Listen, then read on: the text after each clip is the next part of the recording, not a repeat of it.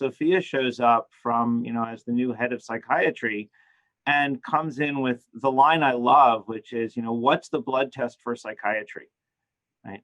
And people apparently said, hey, have you talked to this Dave guy? He's been saying things like that. And we got, Sophia invited me to give a grand rounds as part of her at the Department of Psychiatry. And it just went amazingly. It was so clear that there was just an eagerness in the entire department of people saying, oh, we could use this here and we could use that there. And this has been my experience at the University of Minnesota all along, that people love to collaborate. This is a place that just people love to work together.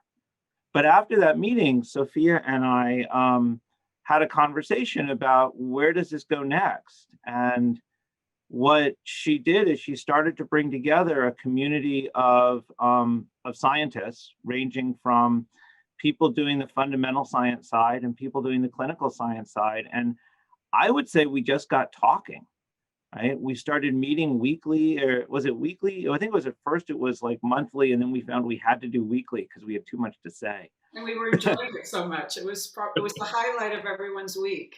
Exactly. I agree. And that's the other thing, is that everybody says that. It's not just that like Sophia says that, it's everybody in the group says that. I mean, we've got what, 15, 20, 25 faculty who meet every week just because they want to. Yeah. That to me is amazing. And I think a large part of the key to it has been listening, that we both sides have very interesting things to say. And it's just taken such a long time to actually find the language to talk to each other. I think a key point too is there's a certain organic quality to it. It's not something you can force.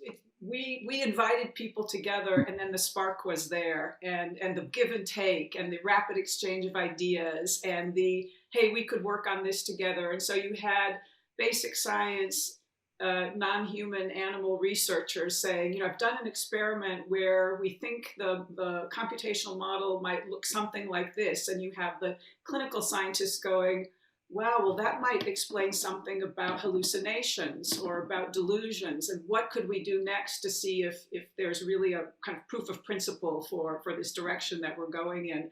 But again, the notion is that it was entirely spontaneous. It was like a combustion that happened. And that led, of course, to us saying we should apply for some funding to kind of really, move this to the next level beyond just conversations, but to actual studies and experiments. And that's where we got the idea to apply for this NIH Conti Center, which is specifically focused on transdisciplinary scientific approaches to solving mental health problems.